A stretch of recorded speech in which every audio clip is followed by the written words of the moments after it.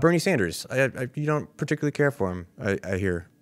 I mean, I would support him over Trump pretty easily, but yeah, I mean, I'm not in favor of most of his major policy positions at this point, I don't think. Most of his major policy. Is there any of his policy positions that you do like? I'm sure there must be some, but in terms of like, I don't know how I feel about support for the Green New Deal. I'm not a fan of like nationwide rent control. Medicare for all as a policy, I think would be okay. I don't know if the political capital is there for it over like a public option. The like protectionist policies that we take on trade are not something that I'm a very big fan of. I don't hear him speak much about foreign policy. What he said of foreign policy seems okay. I like his policy on guns. He seems to not be as radical as the other Democrats on guns, which is good. And then I hope he's probably got a good policy on drugs compared to any Republican. So, yeah. Yeah, I think some of the latter points I more or less agree with. I think that a calculation on Medicare for all, I think by taking it into the realm of is it politically feasible or strategically wise is probably not the way to evaluate a candidate that you support. I think he certainly knows the strategy that he's going for and isn't about to like show his hand by telling everyone what's going on. If you look though at, and I have my suspicions, and so I'm getting into speculative territory about how he would intend to do it if he won. I would say that if you look at when he won his mayoral race in Burlington, he won by 1 vote, and the plan was essentially from his opponents was like, let's just be obstructionistic and make sure that this guy can't do anything wrong. And he just took to public access television and took to the streets of Burlington and continued to tell his supporters and his constituents what he was planning to do and who was getting in his way. And he won by a landslide the next time around and got a lot of people to replace the people who were obstructing him with candidates that were in line with his policy positions and ideas. And so I think we could see that similar style strategy play out here. I don't particularly expect him to cave repeatedly the way Obama did when he said, "Oh, we're going to have a universal health care system. I mean public option. I mean Romney care." I mean, Obama had to cave because that was the only way he was going to get legislation passed. You can't pass. That's the excuse that he made. What was the alternative? Well, he had 10 months of supermajority. He could have forced it through. He had majorities in the House and the Senate. They literally couldn't. I can't remember the specific senator's name, but Obama literally couldn't, even with a supermajority. He literally, he literally wasn't able to. He couldn't get the votes for it done. Yeah, I think I'd have to go back and look at that. But like they literally couldn't do it. They couldn't force it. Right. So, I mean, so how did we get so far degraded, right? I mean, people got really mad at AOC for, in some ways, you could say, saying the quiet part out loud.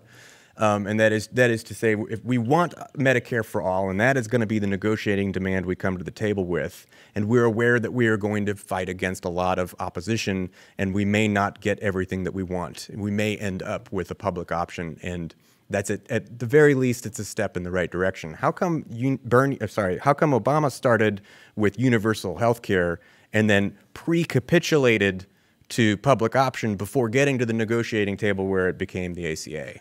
Well, it sucks, but the answer is that not everybody in America wants that. Like, and that's something, unfortunately, you have to deal with as a president. Like, when you're dealing with a House and a Senate, you have to deal with an elected body. Like Obama, we did not get the single payer healthcare. You're never going to get unanimous support from the citizens of the country. Yeah, but he certainly was elected on that platform. He could absolutely have made the argument that he was elected. The majority of the people that voted for him absolutely knew that that's what he wanted to do.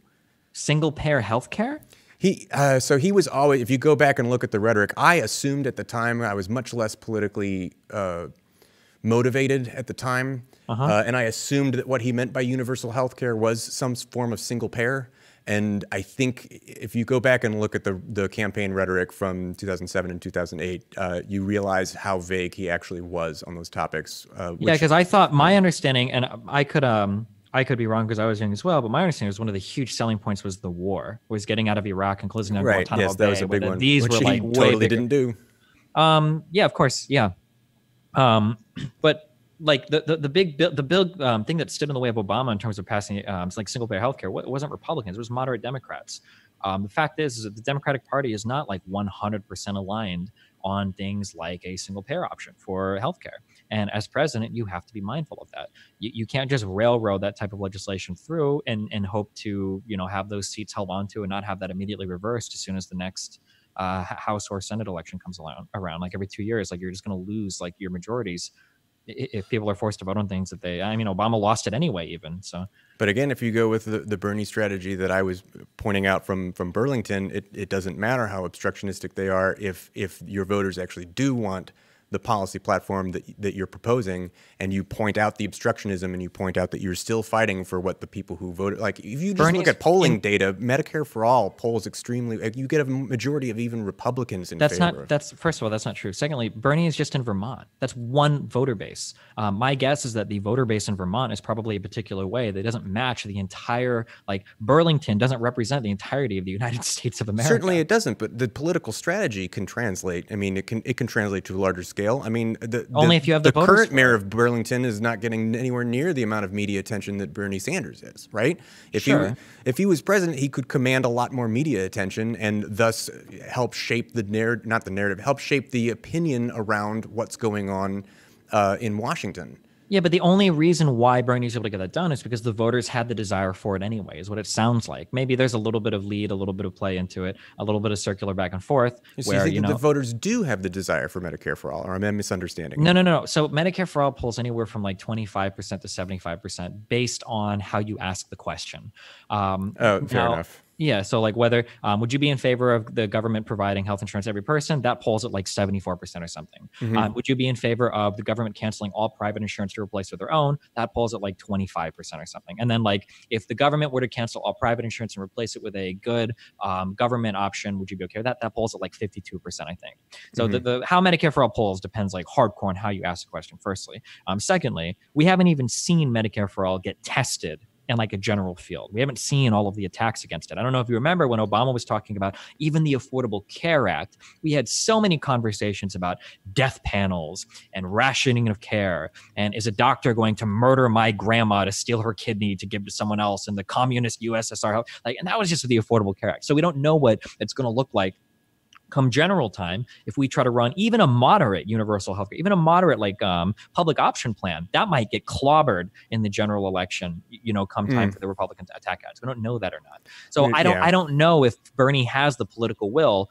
Maybe in Vermont he does, but across the entire United States, across some of the more red states, when you've got Trump at higher approval ratings than he's ever been, like 90+% of the Republican Party, 49% across the entire United States, when Trump's higher than he's ever been, are we going to be able to use political capital to bully out Republican senators and congressmen? I don't know if that's a possibility.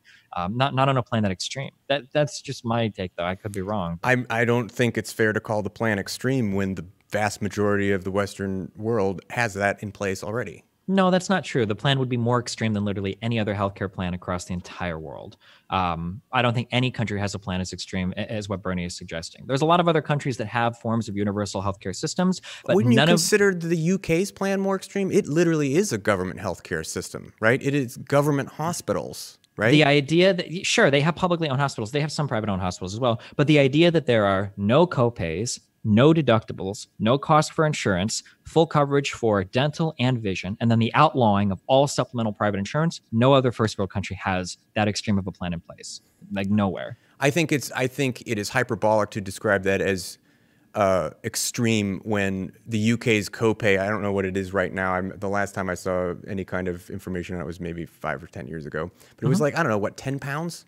Sure. It might be. How is zero so much more? I mean, I understand that zero is a weird mathematical number, but like it's 10 pounds, man.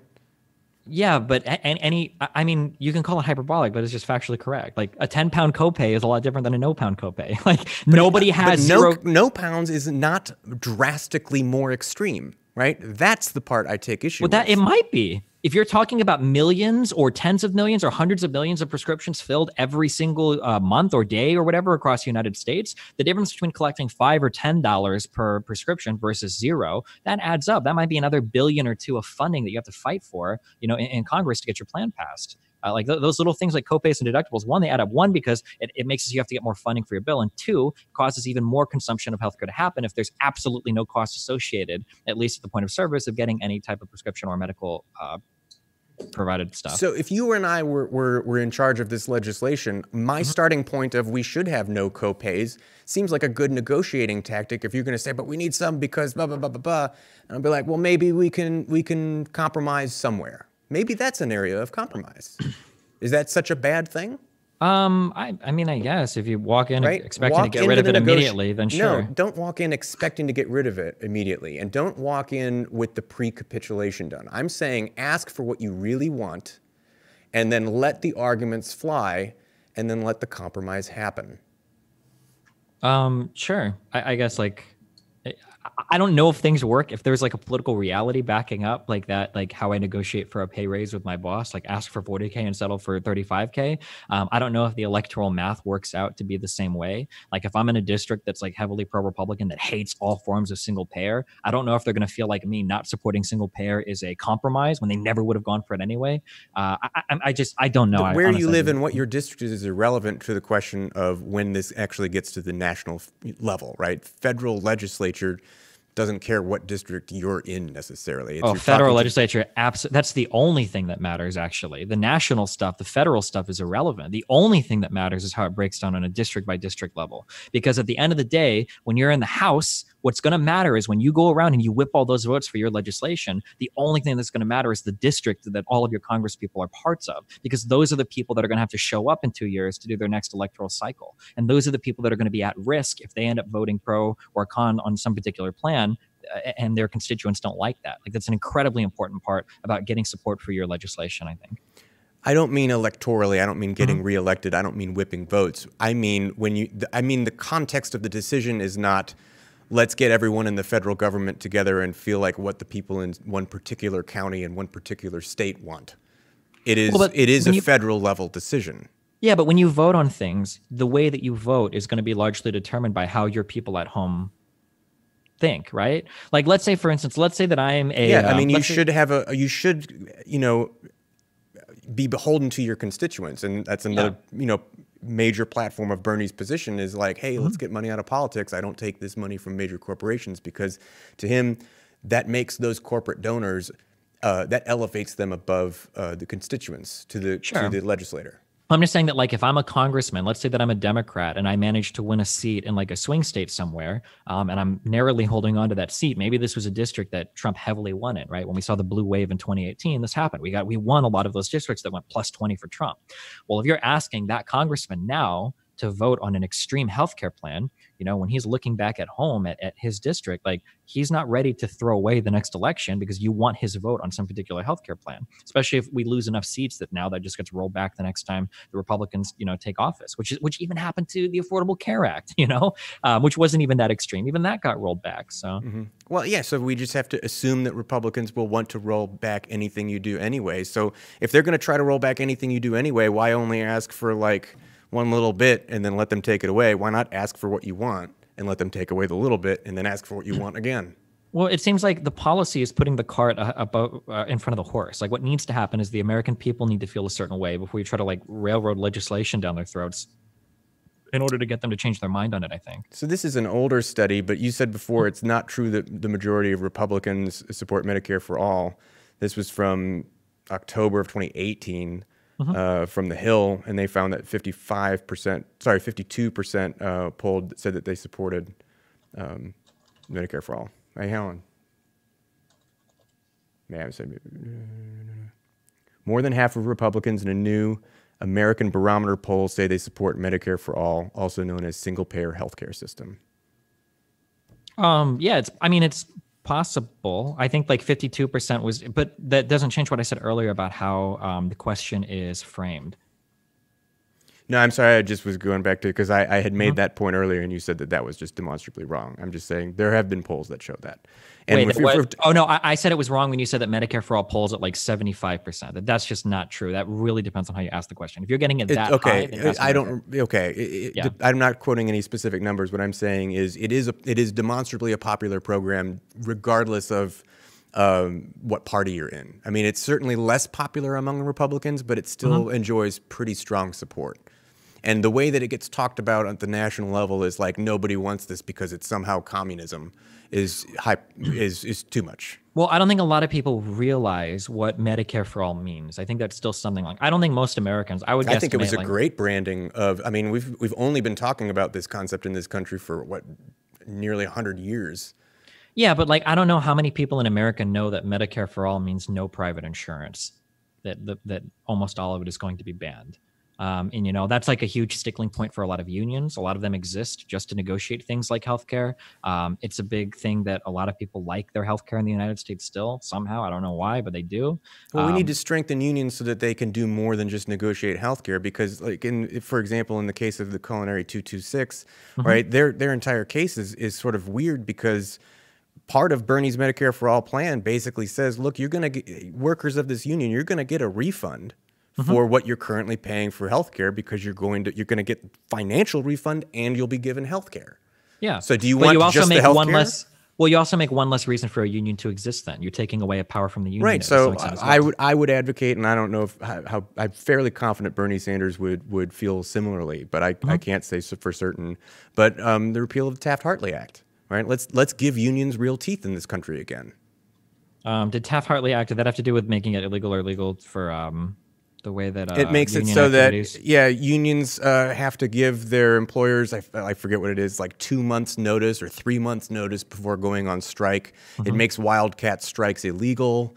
It basically puts all of the negotiating power, basically anything a union could do, they're basically hamstrung, and everything favors the employer at that point. Sure. So something like negotiating healthcare is one of the few scraps that unions have left. Give them things to do. Sure. Okay. All right. We have just the last few minutes before we have to prep for our show. But Destiny, thank you for having me on and let me have this conversation with you. Yeah. Thanks for chatting with me too. Yeah. Yeah. All right. Peace, guys. I got to run. Yeah. Have a good one, man. I'll talk to you later. Bye. Later.